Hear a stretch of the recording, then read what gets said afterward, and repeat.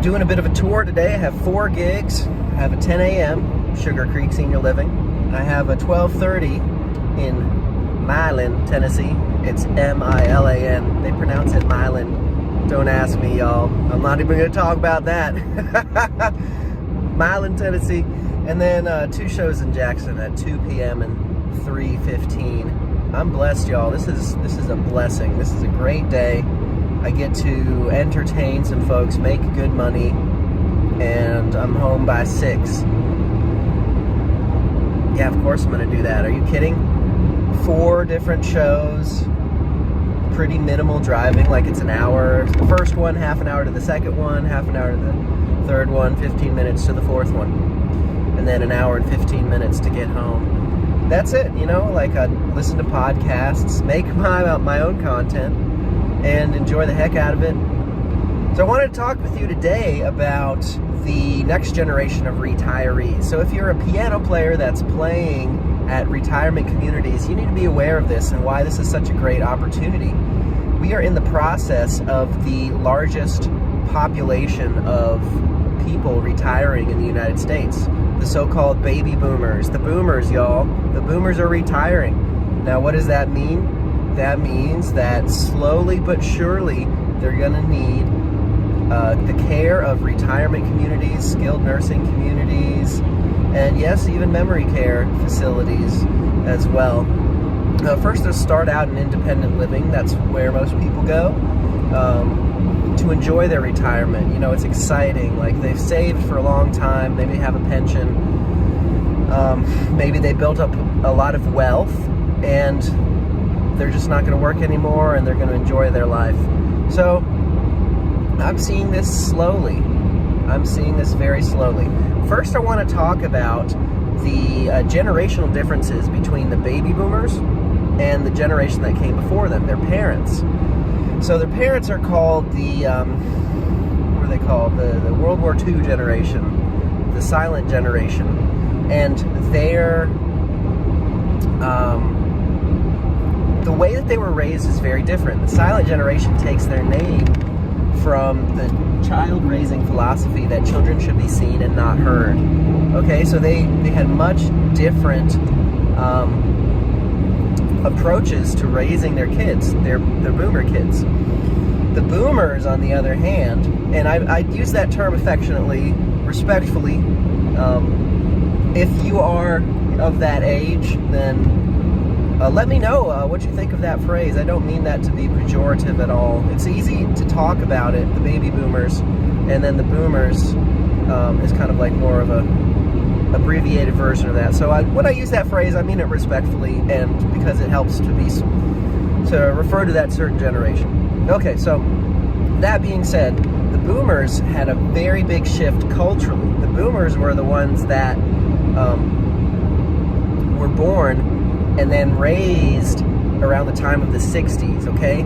So the 1960s culturally was a big backlash against the 50s nuclear family. You had civil rights, you had women's rights, you had the music change, you had the British invasion of music, and rock and roll. You had white kids getting into rock and roll, growing their hair long, and getting into drugs and counterculture.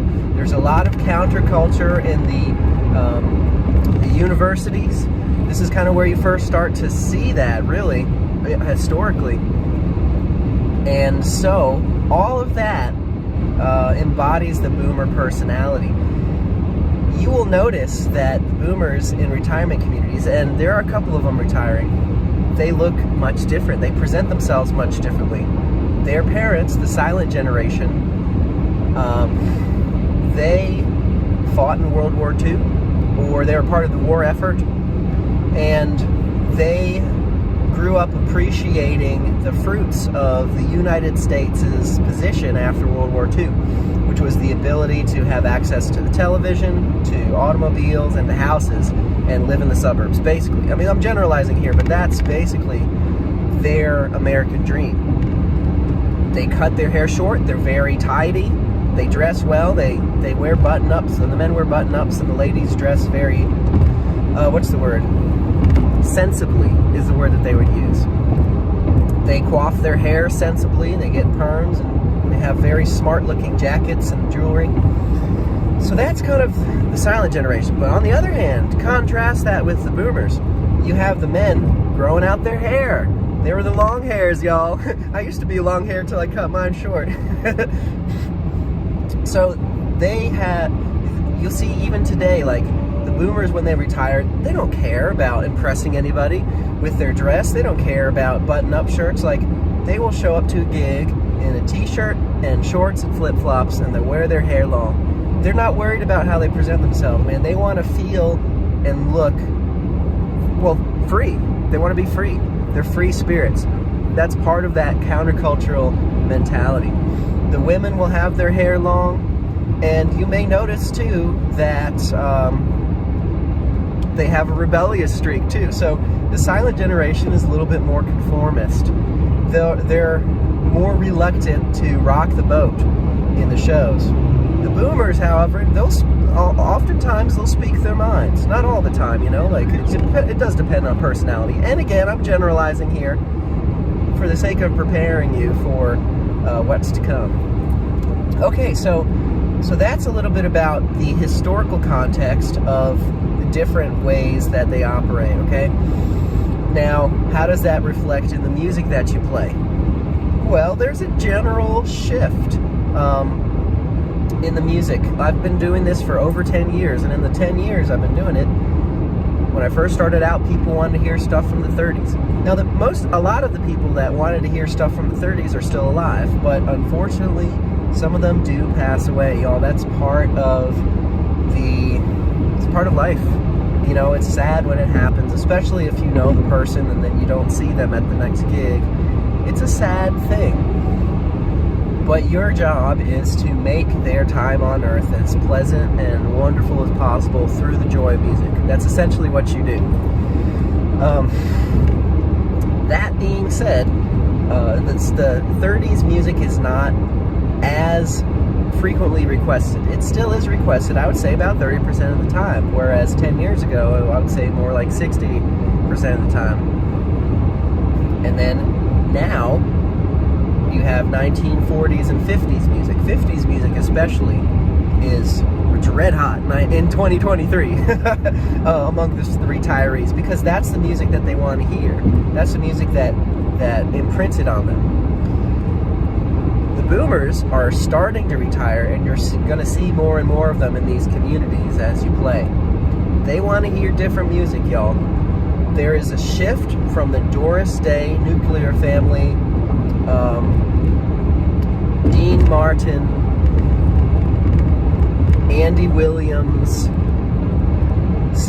style music to wanting to hear more countercultural stuff. So countercultural stuff, they want to hear the mamas and the papas. They want to hear the folk music. They're starting to want to hear Carole King. Carole King's just a fantastic songwriter altogether, so I have no qualms in learning her music whatsoever. The Beatles get requests for that sometimes, but you know, those are the people that are just retiring, that are just starting to retire. And you'll notice that there is going to be a little contention between those two generations. It's not always going to be outspoken, but what you got to do is give everybody the opportunity to respond with dignity and then field the different tastes gracefully.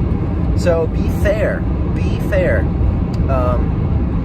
Take requests and then just play them. Just play the ones that you know. So somebody wants to hear Deep Purple, somebody else raises their hand, they want to hear the Beatles. Be like, okay, I'll do Deep Purple, and then I'll play some Beatles. Just like that. Everybody's happy, everybody gets what they want, and nobody's complaining, at least in the American South. Now, I don't know what it's like in, say, New York. My family, my heritage comes from New York. Well, really from Eastern Europe through New York, but it's a different culture in New York. You know, people are more outspoken. People are more confrontational, but it's done in a way where it's just out on the table, and anger doesn't get locked inside like it does in the South. I'm sorry, y'all, if you're from the South, but that's just kind of what happens. Like, I've lived in the North and the South of the United States. That is my observation. You might disagree with me, you might agree with me. That's fine. Just let me know what you think. Let's talk about it. So that's a little bit of the synopsis of the music. You're going to want to have maybe 10 to 15% of your stuff being the 60s. I would say the majority from the 50s these days, 50 to 60%. And then 15, 20%. I don't know if my math is right there, but that's... So yeah, 15%, 15%, and then 25% I think is the correct math, but whatever, we'll calculate it later. You want to have the majority of your stuff being the 50s music in 2023. And then you're going to want to start learning more 60s music for the folks that just retired. So if you're playing an independent living, those are the folks that have just retired, y'all. Independent living. It's not hard to discern what it is. I mean, you look at the name of the facility and there you go. So we talked about the historical context of the baby boomer generation, and we talked about the music. And I would say now I'd like to sum up by saying how to prepare and how I prepare. I take requests, y'all. I take requests. I write down the songs that they want to hear. I take note of it. And then I learn it. Then I go home and learn it. Now, I'm super busy these days, so I don't guarantee that I'm going to learn the song. But when I was first starting out, and if you're first starting out, just do that. That is a way to establish your reputation as somebody that actually cares about them. And because you're asking them what they want to hear, and then you're learning it. Like, they're going to start coming to you with all the music that they want to hear. At first, they might be a little hesitant, but if you show genuine interest in wanting to get to know the music that they love, and then you play the music that they love, they're going to ask you back, y'all. They're going to ask you back. So the way to prepare for that, for the boomers retiring, is make a list of your favorite songs from the 60s. Try starting with the early 60s first. It's a progression. It's very logical. You know, it goes with the flow of time. Learn some stuff from the 60s, get some folk music, get some British invasion stuff, the Beatles, the Rolling Stones. And also keep in mind that right now, in 2023, audiences are kind of comprised of mostly the boomers' parents. So if you play a whole set of stuff from the 60s, you might not be asked back. I mean, you might be catering to 10 to 15% of the audience. But that is changing, and it's going to change. So just learn some music from the 60s, and even better, take requests from the boomers that you can identify. Remember, they're the ones that don't dress as formally. The men will grow their hair long, the ladies will grow their hair long too. And they're just, you know, a lot of the times they're the hippies. They're the hippies, y'all. That's the hippie generation. So that's kind of how you can prepare for that. I hope that you've enjoyed this information. This is based on experience of 12 years that I've been doing this, y'all. 12 plus years. And I do this full time. I'm driving to gigs now, enjoying it. I've really enjoyed speaking with you today. Let me know what you think in the comments, or shoot me a message if you want to learn more. And be sure to download my ebook, which teaches you exactly how to get gigs at retirement communities that make a big difference in people's lives and pay good money. Thanks for watching.